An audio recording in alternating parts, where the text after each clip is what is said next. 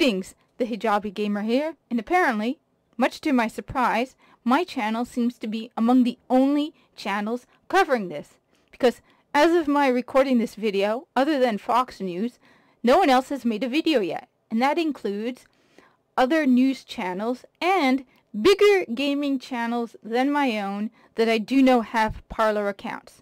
So, I managed to be channels with thousands of subscribers more than my own. Cool. I was the first.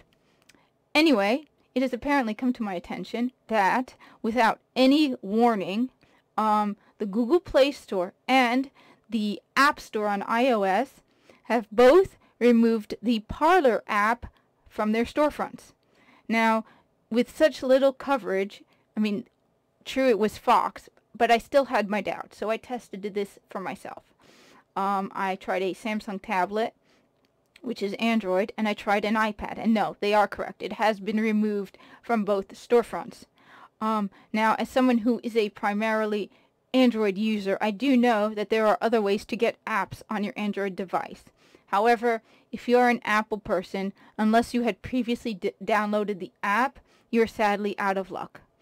Now, the app does seem to still be working. I was able to log into it on my Android phone, and it did seem to update. I will put a link in the description below to the video, the Fox News interview with an executive from Parler. And she was saying that while they are in talks with Amazon and Apple, their servers may be shut down, so the app may no longer be working. I mean, as of making this video, it was, but you may be watching it, it may be down. We don't know for sure yet. It's too early to tell. Now, this is deeply concerning to me. I do have a Parler account. My Parler account is @HijabiGamer. I will put it in the description below, but my account should stand out. It has a picture of a character out of Animal Crossing wearing a hunter t-shirt, you know, the 3 triangles on top of each other. I don't think a lot of people are going to have that, so it should stand out. I created my Parler account a little while back when a bunch of other gaming YouTubers were making Parler accounts. I thought it was, you know, I like the idea of a viable competition with Twitter. Competition to me is always a good thing, and having choice and an alternative to Twitter seemed to me a good thing. Also, Parler is a smaller platform, so YouTube channels with tens of thousands of subscribers only have 1,000 or 2,000 on Parler, so you're more likely to catch their attention there than on Twitter or YouTube. And finally, to me, as I've pretty much made it clear on this channel, freedom of speech to me is very important. Now, I know a lot of people equate Parler with right conservatives, and I can understand why. You know, Twitter isn't exactly conducive to anyone who is middle of the road, let alone to the right of the road. So I can understand why they are fleeing Twitter for a more free and open platform like Parler.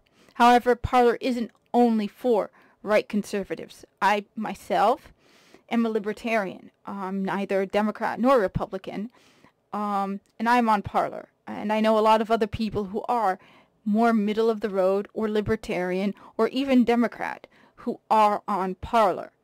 Clownfish TV has made it clear that they are left of the road. Even though people have, you know, labeled them as right, they have made it clear. Neon is a libertarian, and Geeky Sparkles leans left. And they're on Parler. So Parler is open to everyone. I mean, the best way to put it for me is Trump has been banned from Twitter. However, if Biden wanted a Parler account, you know for sure he would not be banned. So the right, the Republican is not allowed on Twitter, but the Democrat is allowed on Parler. Censorship to me is very troubling. I feel like Twitter has a very hostile environment to anyone who happens to disagree with people. You know, if you don't have your pronouns in your bios, you can find yourself being canceled. Look at what happened to Gina Carano or Chris Pratt or, you know, Top Hat Studios, which is a gaming, you know, publisher. They were getting death threats because they dared to put girls with big boobs in their video game. something I have made clear I don't have a problem with. The game is rated M, and it's clearly labeled as such. It should not be censored. But the fact that they were getting death threats on Twitter, and yet Parler is the one that's being shut down.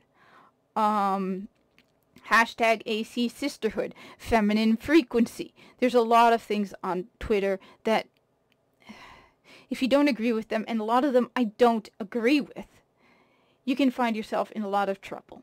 I probably need to get involved more on Twitter, because I've made it clear in the past, one of the reasons I created this channel was because I wanted to put it out there how an actual female gamer thinks. Not someone like Anita Sarkeesian, no, someone who spent the entire weekend playing Final Fantasy VII Remake, beat the game, and is now working on playing the game in hard mode.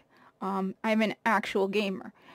I'm worried about my own job, which isn't something should be worried about on Twitter. So I do have a Twitter account. I use it so seldom that I don't even remember what it is. But I will look it up and I will put it below. Follow me if you'd like. I will try to get more involved in Twitter. But to me, it's deeply troubling that because Silicon Valley doesn't like the way, the opinions on an app, they can just shut it down. Google did not put any warnings. I mean, if you already have the app on your phone, you wouldn't even realize that it had been removed. The only way is to look for it. I'm going to assume the same is true with Apple. I did not have it on any. My Apple device is an iPod Touch, and that's mostly for music. So I don't have Parler on it, so I don't know for sure what is happening with it on Apple. Can you please put a comment down below if you already had the Parler app, if it's still working on Apple? But this is, a slap in the face of freedom of speech. I have made it also pretty clear on this channel, I will fight for your right to disagree with me. Just because I don't like what you are saying does not mean you don't have the right to say it. And that seems to be a problem on Twitter. Twitter, it has made it clear that if they don't like what you are saying, they want to destroy your life. Which is why I'm scared of Twitter. I don't like censorship. Even YouTube. The fact that they have come out and said that if you make a YouTube video questioning the results of the election. Now, I think my video wasn't taken down because my channel is so small. But bigger channels, the fact that they can't say that, I'm sorry. As I said, I'm a libertarian. But if you want to say that Trump should have won that election and you want to make a video about it, you should have that right. Just as people who support Biden have the right to make videos about it. Just as when Trump won in 2016, people had the right to say Hillary Clinton should have won. That is censorship that should not be allowed. Recently, the whole Ellen Elliott Page thing. I posted a comment in a person's video about gender identity disorder and the Diagnostic Statistical Manual, which is the manual used by psychiatrists. Now, in the DSM Volume 4, gender identity disorder was listed. It was removed in 2013. I wasn't making any hate speech. I wasn't saying anything against it. I was simply stating fact. And my comment was repeatedly deleted. I had to keep trying to alter it. But it wasn't being deleted by the channel itself. It was being deleted by YouTube because it would not stay up for more than 10 seconds before it was gone. As I said, I was stating fact, not opinion, fact. Gender identity disorder was listed in the DSM-4. It was removed from the DSM-5. That is censorship, and it's dangerous censorship because it is removing fact. The fact that larger channels can't say the word Nazi. This is part of our history. This is very frightening, and it should frighten people on both sides. Because right now, Biden has won. But who knows who will win the election in 2024. I'm hoping for my cat. She's right over there. There she is. There she is. I'm hoping my cat will win.